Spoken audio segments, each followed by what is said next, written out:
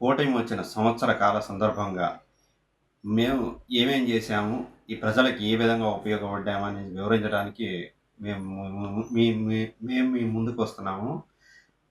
ఇంతకుముందు వైసీపీ గవర్నమెంట్‌లో పెన్షన్ 2000 చిల్లరిచ్చింది. 3 సార్లు 3000 పెంచడానికి 3 సార్లు, 4 సార్లు చేశారు. ఇది ఒకేసారి మా చంద్రబాబు గవర్నమెంట్ రావటంతోనే పెన్షన్ 4000 చేశారు. అట్లానే 3 సిలిండర్లు హామీ ఇచ్చిన ప్రకారం సూపర్ సిక్స్ హామీ ఇచ్చిన ప్రకారం 3 సిలిండర్లు ఇవ్వడం జరుగుతుంది.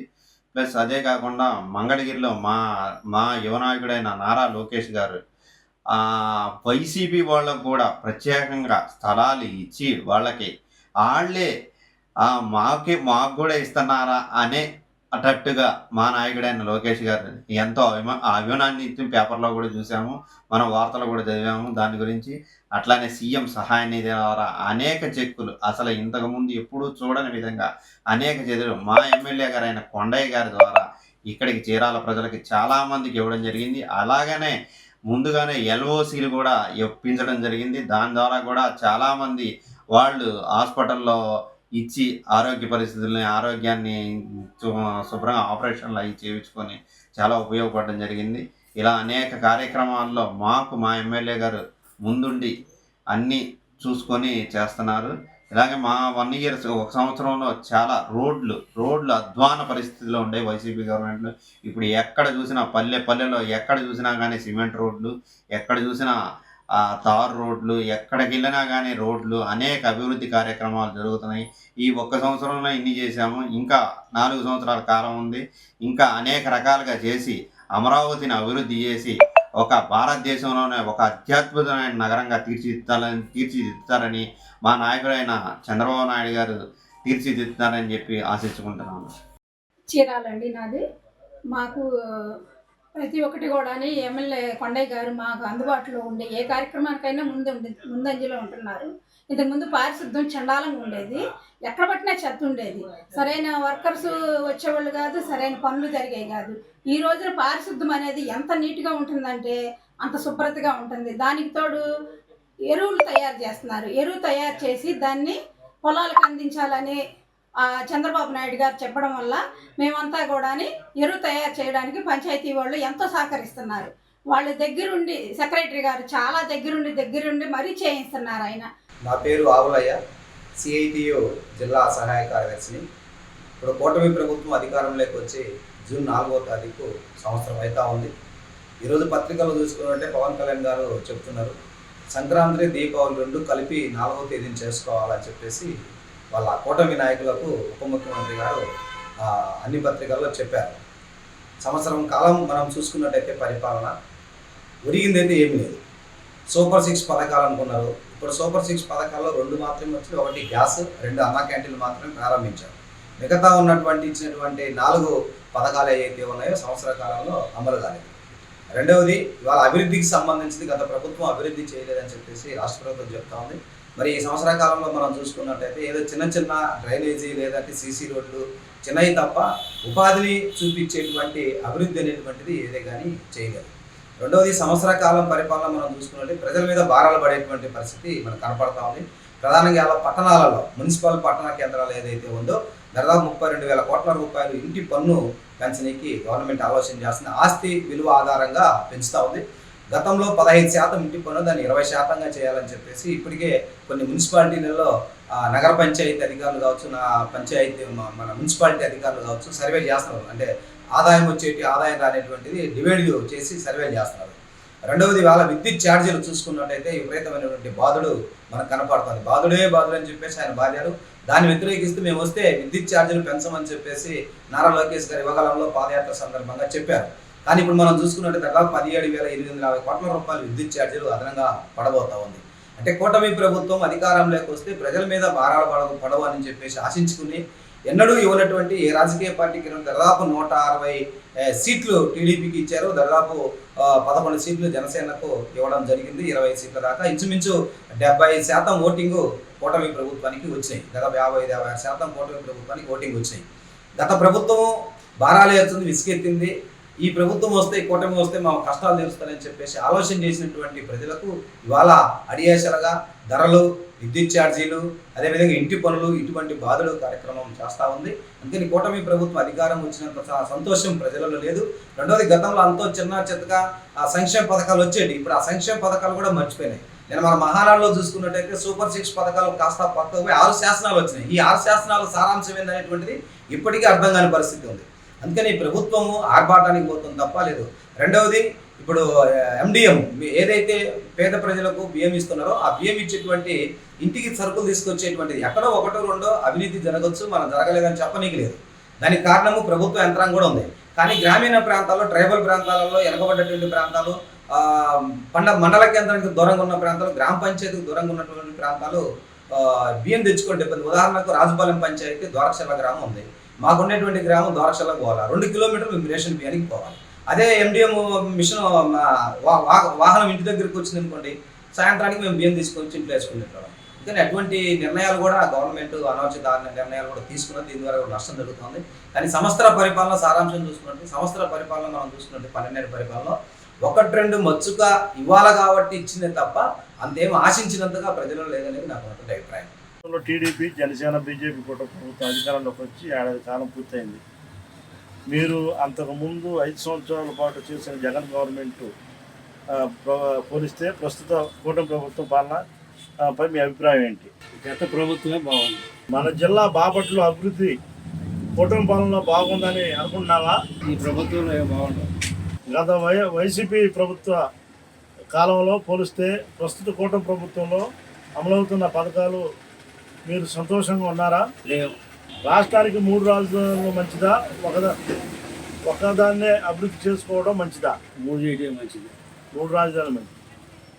ఏపీకి జీవనది అయిన పోలవరం ప్రాజెక్టు నిర్మాణాన్ని ఈ ప్రభుత్వం పూర్తి చేయగలదు అనుకుంటున్నారా?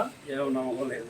వచ్చే 4 సంవత్సరాలు కూడా కూటమి ప్రభుత్వం ఎటువంటి విభేదాలు లేకుండా కలిసి పాలించగలదని అనుకుంటున్నారా? అనుకోవట్లేదు. రాజధాని బదులు అమరావతి ఒక రాజధాని అభివృద్ధి చేయడం వల్ల వైజాగ్, కర్నూలు రాజధాని అయ్యే అవకాశం కోల్పోయింది.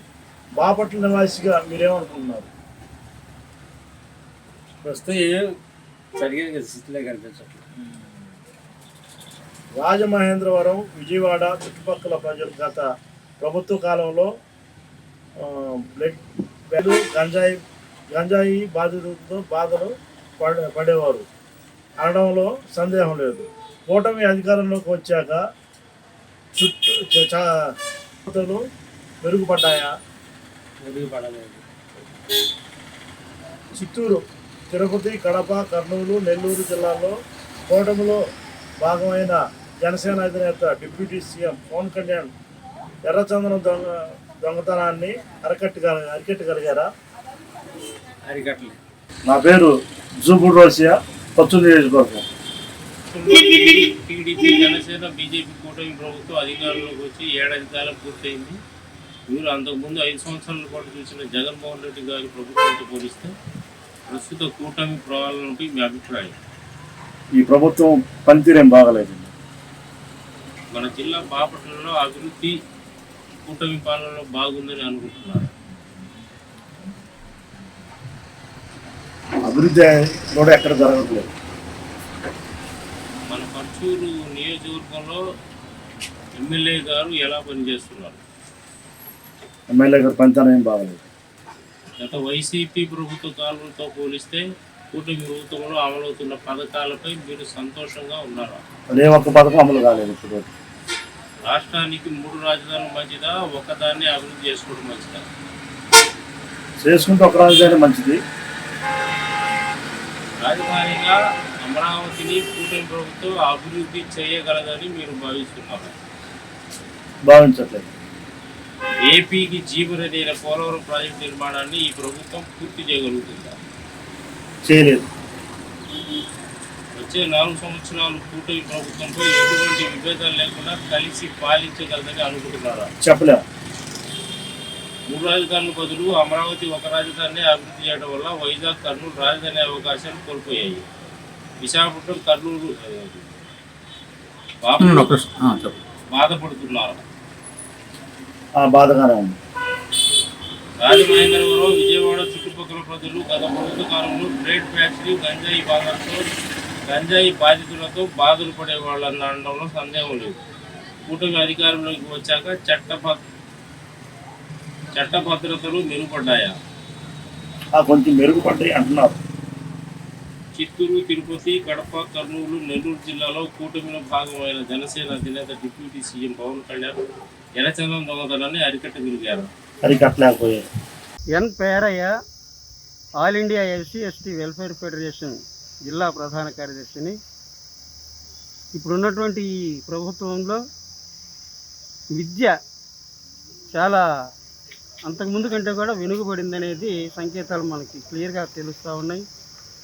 నిన్న 10th క్లాస్లో 66,000 మంది మేము బాగా రాసాము, మమ్మల్ని ఎందుకు ఫెయిల్ చేశారని చెప్పేసి కోర్టును ఆశ్రయిస్తే అందులో 11,000 మంది చాలా టాప్ ర్యాంకులో పాస్ అయినటువంటి ఈ సందర్భాన్ని చూస్తే ఇక్కడ విద్యా విధానం మీద ఒక అవగాహన లేనటువంటి ఒక మంత్రిని పెట్టారనేది మనకి ఇక్కడ అర్థమవుతూ ఉంది. వెంటనే విద్యా విధానం గురించి ఆ యొక్క మంత్రిని మార్చేసేయాలా. అలాగే దళితుల మీద దాడులు విపరీతంగా జరుగుతూ ఉన్నాయి. మొన్న మల్లాంలో వెలివేసిన తర్వాత దళితుల్ని విపరీతంగా చిత్తూరు జిల్లాలో ఆ యూనివర్సిటీలో కొట్టి మూత్రం దాపించిన దిక్కుదిమానం లేనటువంటి పరిస్థితులు మనకి ఎదురవుతూ ఉన్నాయి. వాటి మీద హోమ్ డిపార్ట్మెంటు అంతగా దృష్టి పెట్టడం లేదనేది మా ఉద్దేశం. అలాగే సూపర్ 6 పథకాల్లో మహిళలకు కేటాయించినటువంటి పథకాలు కూడా వాళ్ళు అమలు చేయలేకపోతూ ఉన్నారు. ఈ కూటమి ప్రభుత్వం ఈ 4 సంవత్సరాల్లో ఒక యూనిట్గా వచ్చి ఈ చేస్తారా లేదా అనేది పెద్దగా నమ్మకం లేదు ప్రజలకి. ఇప్పటికే అసంతృప్తి వచ్చింది. పవన్ కళ్యాణ్ అతను రూటు ఇటు పోతున్నాడు, రోజుకొక మాట రోజుకొక వేషం, ఈ రకంగా ఉన్నటువంటి డిప్యూటీ సీఎం కూడా ఈ కూటమిలోకి వాళ్ళు పరిగణలోకి తీసుకొని అందరూ కలిసికట్టుగా చేస్తారనే నమ్మకం అయితే ప్రజల్లో సన్నగిలుతూ ఉంది. ఈ పథకాలన్నీ కూడా ఏదో ఒక రూపాయన అమలు చేయాలని చెప్పేసి మేము కోరుకుంటాము. Giddalur retired head master.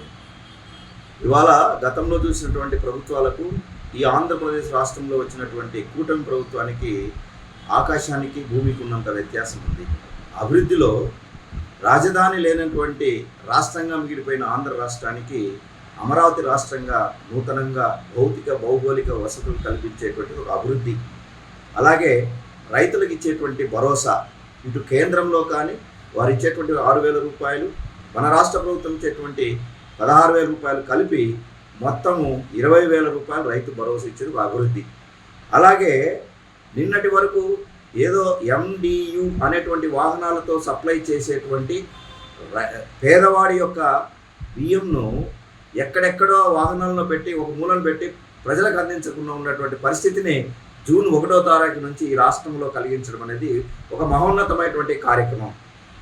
అసలు గాంధీ కలలు కన్నటువంటి స్వరాజ్యాన్ని తీసుకురావటానికి ఏర్పాటు చేసినటువంటి మహాత్మా గాంధీ అన్నటువంటి పదాన్ని పంచాయతీలకు నిధులు ఇవ్వనటువంటి పరిస్థితి గత ప్రభుత్వం. ఇవాళ పంచాయతీలకు కోట్ల రూపాయలు నిధులు ఇచ్చి బకాయిలు ఉన్నటువంటి అన్నింటిని కూడా చెల్లించడం జరిగింది. అదే కాదు, ఎక్కడైతే గుంతలమయమైనటువంటి రాష్ట్రంలో రోడ్లన్నీ కూడా గుంతలు అయిపోయినటువంటి వాటి అన్నిటినీ మళ్ళీ కొత్త రోడ్లుగా ఏర్పరిచారు. ఇందులో ఒక ముఖ్యమైనటువంటి విషయం ఏంటి తెలుసా? జనసేనలో ఉన్నటువంటి నాయకుడు, కూటమి ప్రభుత్వం ఉన్నటువంటి డిప్యూటీ చీఫ్ మినిస్టర్ గారు ట్రైబల్స్ ఏరియాలలో, అంటే నడవలేనటువంటి స్థితిలో ఉన్నటువంటి పరిస్థితులు ఉన్నటువంటి ట్రైబల్ ఏరియాలలో రోడ్ల నిర్మాణం అనేది ఒక మహత్తరమైనటువంటి కార్యక్రమంగా నేను ఈరోజు అంటున్నాను. ఈ కూటమి ప్రభుత్వం వచ్చిన తర్వాత గత ప్రభుత్వంలో ఇచ్చినటువంటి ఆర్టీసీ ఛార్జీలు కానీ విద్యుత్ ఛార్జీలు కానీ లేకుండా యథావిధిగా వారికి ఉన్నటువంటి అక్కడ కార్మికులకు ఉన్నటువంటి వాటి కోరికలన్నింటినీ నెరవేర్చడం ఒకటి. ఎలాంటి ఉద్యోగులకు ఈ రాష్ట్రంలో 1వ తారీఖు జీతాలు తీసుకోలేనటువంటి పరిస్థితి, అది ఇవాళ 1వ తారీఖు జీతాలు తీసుకుంటూ గతంలో ఉన్నటువంటి బకాయిలు 7,000 కోట్ల రూపాయలను ఈ మధ్యనే 2,500 కోట్ల రూపాయలు చెల్లించడం అయినది. అదే కాదు, మరొక ఆశ్చర్యకర విషయం తీసుకున్నట్లయితే ఉద్యోగులకు ఉన్నటువంటి PFను కూడా వాడుకున్నటువంటి గత ప్రభుత్వాన్ని ఆ డబ్బులు కూడా చెల్లించడం జరిగింది ఈ కూటమి ప్రభుత్వం. అదే కాదు, ఇంకా మనం చెప్పుకున్నట్లు పోయినట్లయితే కనుక ముఖ్యంగా రైతులకు ఇచ్చేదే కాకుండా అమ్మఒడి గత ప్రభుత్వాలు చేసినటువంటి ఒక్క పిల్లవాడికి ఆ కుటుంబం నుంచి అమ్మఒడి ఇవాళ అమ్మకు వందనమని ఇంట్లో ఉన్నటువంటి పిల్లలు ఎంతమంది ఉంటే అంతమందికి ఒక్కొక్కడికి 15,000 రూపాయలు చెల్లించేటువంటి విధానం. అలాగే విద్యా విధానం విచ్ఛిన్నమైనటువంటి గత ప్రభుత్వం చేసినటువంటి పనికి ఇవాళ ఒక మంచి రూపానికి విద్యార్థికి ఇటు తల్లిదండ్రులకు సులభతరంగా ఉండేటువంటి విద్యా విధానాన్ని ప్రవేశపెట్టినటువంటి ఒక మంచి కార్యక్రమం.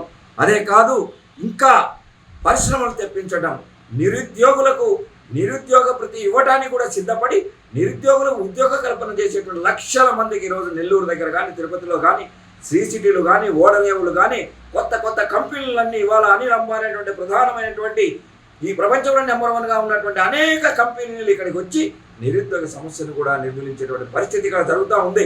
మరి ఈ రాష్ట్రంలో ఈ కూటమి ప్రభుత్వంలో ఉన్నటువంటి ముఖ్యమంత్రి అలాగే నారా చంద్రబాబు నాయుడు గారు కానీ, అలాగే ఉప ముఖ్యమంత్రిగా ఉన్నటువంటి పవన్ కళ్యాణ్ గారు కానీ, ఈ ఇద్దరిని నడిపించేటువంటి వారు ఉన్నారు. ఒకరు ఆయన దేవుడు, లేకపోతే ఈ దేశాన్ని ముందుకు తీసుకెళ్ళే ఒక ప్రధాతో.